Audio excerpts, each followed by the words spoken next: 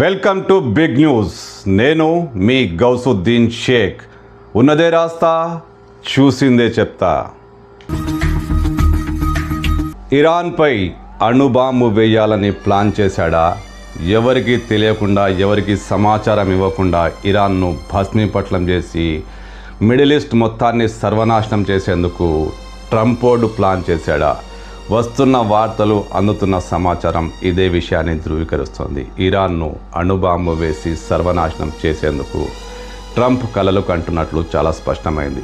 ఇలా ఎందుకు చెప్తున్నానంటే, అమెరికాలో వస్తున్న అనేక వార్తాపత్రికల కథనాలు, అనేక మంది యుద్ధరంగ నిపుణులు, చాలా కీలకమైన సమాచారం, మీడియా ద్వారా అందుతున్న సమాచారాన్ని విశ్లేషిస్తే 2-3 రోజుల కింద ఒక కీలకమైన సమావేశం అమెరికాలో జరిగింది.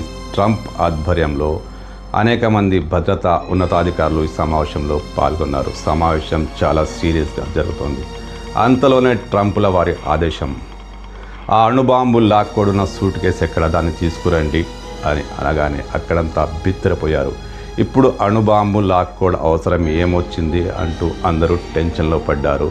ఓ అధికారి ఆయన్ని వారించారు. అంతే, ఆయనకు చాలా తీవ్ర కోపం వచ్చింది. ట్రంపుల వారు కదా, ఎప్పుడు ఎలా చెలరేగిపోతారో ఎవరికి తెలియదు. ఆ అధికారిపై తీవ్ర స్థాయిలో మండిపడ్డాడు. నేను అణుబాంబు వేయడం కాదు, దాని లాక్కోడ్ పాస్వర్డ్ మార్చాలని అనుకుంటున్నాను, తీసుకురండి అంటూ హూంకరించాడు. అంతే, ఒక్కసారి కలకలం. అధికారులు, సమావేశంలో ఉన్న వాళ్ళంతా ఈ ప్రతిపాదనను తిరస్కరించారు. ఇది చాలా ప్రమాదకరమైన అంశం అంటూ ఆయన్ను వ్యతిరేకించారు. దీంతో ట్రంప్ ఆగ్రహంతో ఊగిపోయారట. పెద్ద ఎత్తున రసాభాస జరిగిందట. ట్రంప్ కేకలు వేస్తూ, అరుస్తూ ఆ మీటింగ్ హాల్ మొత్తం గందరగోళంగా మార్చాయట. ఎస్, ఇది జరిగింది. ఎంత జరిగిందా, ఇంతకంటే తక్కువ జరిగిందా, ఎక్కువ జరిగిందా అని పక్కన పెడితే ఈ మైండ్లో అణుబాంబు రగులుతోంది. ఇరాన్ను సర్వనాశనం చేసేందుకు అణుబాంబు వేయాలని ఆయన పెద్ద ఎత్తున ప్లాన్ చేస్తున్నట్లు ఇప్పుడు అక్కడి కథనాలు, మీడియా కథనాలు వెల్లడిస్తున్నాయి. అయితే ఇరాన్ మాత్రమే భస్మీపట్లం అవుతుందా? ఇజ్రాయెల్ ఉంటుందా? సౌదీ అరేబియా ఉంటుందా? గల్ఫ్ కంట్రీస్ ఉంటాయా?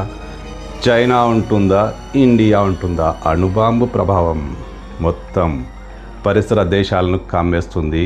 ఆ ప్రమాదకరమైన విషవాయువులు దేశాల్ని సర్వనాశనం చేస్తాయి. కానీ ప్రపంచ రాక్షసుడు ప్రపంచాన్ని సర్వనాశనం చేసేందుకే పుట్టినట్టుగా అణుబాంబు మీటర్ నొక్కుదామనుకున్నాడో ఏంటో, ఆ సూట్ కేసు తీసుకురండి అంటూ అధికారులను ఆదేశించాడు.